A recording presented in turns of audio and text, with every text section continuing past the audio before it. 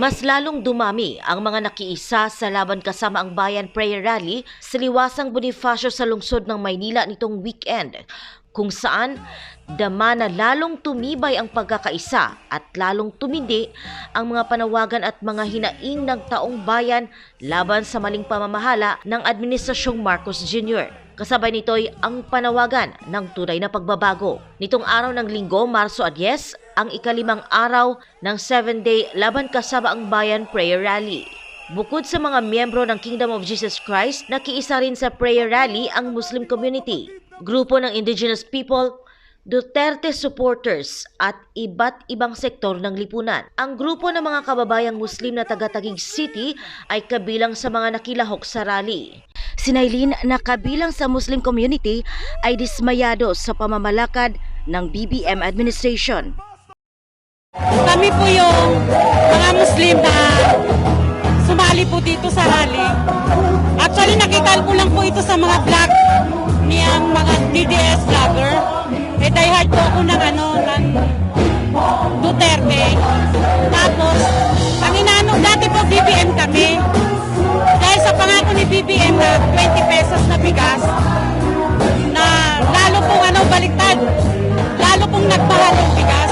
Pati po yung pagbaba ng kuryente, hindi rin po natupad yun. Kaisa po kami ng panawagan dito na yung kawalan ng hustisya po. Sa mga kapwa ko mo mga Muslim, kaisa na po tayo.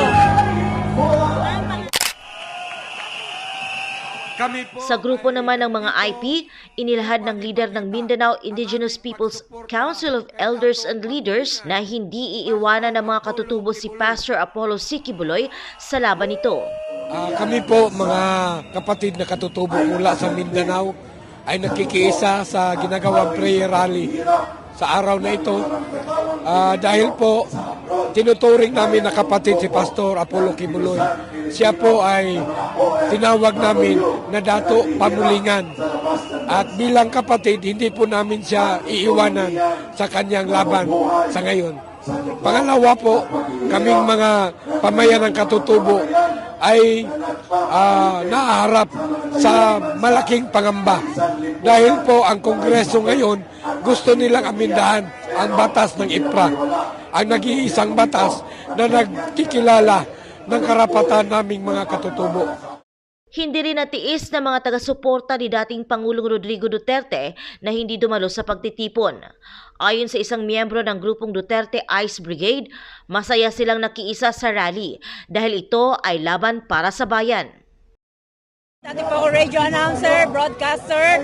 Nandito po ako bilang pakikisa sa ating taong bayan, pagpapakita ng pagmamahal sa ating bansang Pilipinas. At tagahanga rin po ako ni Pastor Kibuloy.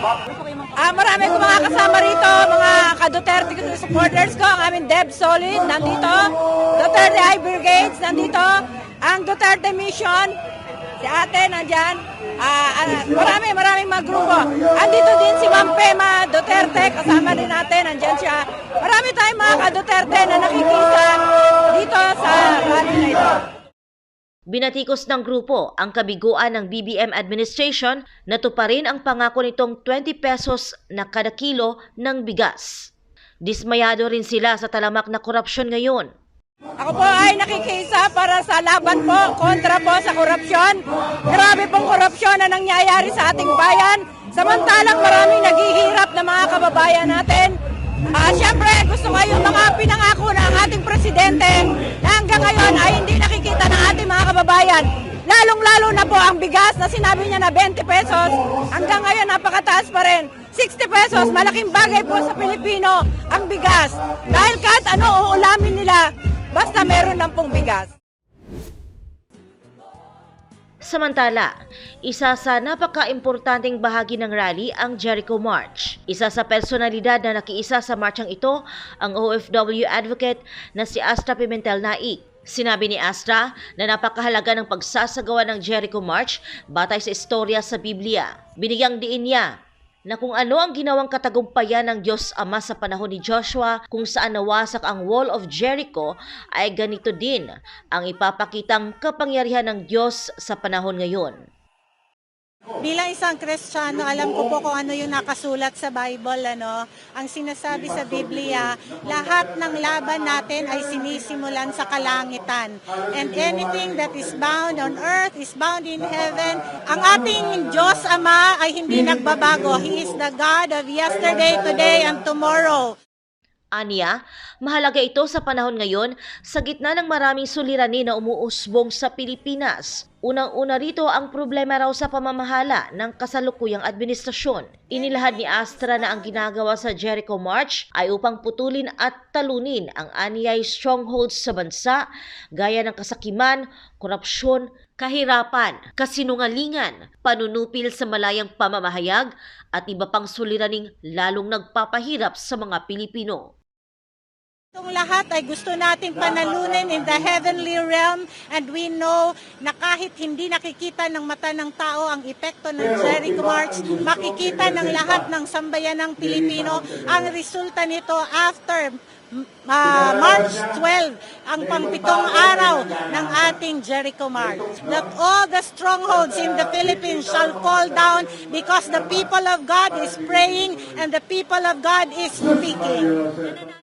Inihayag din ni Astra na nananalig siyang maipanalo ng taong bayan ang laban na ito dahil dinidinig ng Diyos Ama ang hinaing ng mga matutuwid.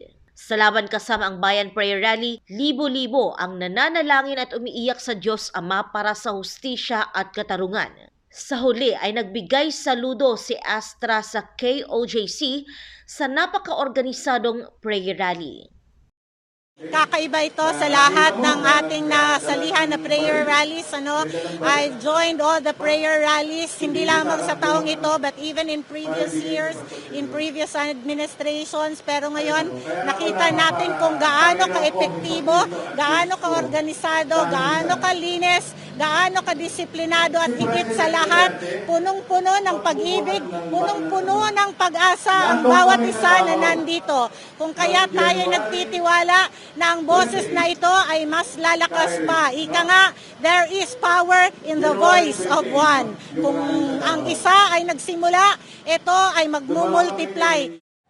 Para sa Diyos at sa Pilipinas kong mahal, Creseline Catarong, SMNI News.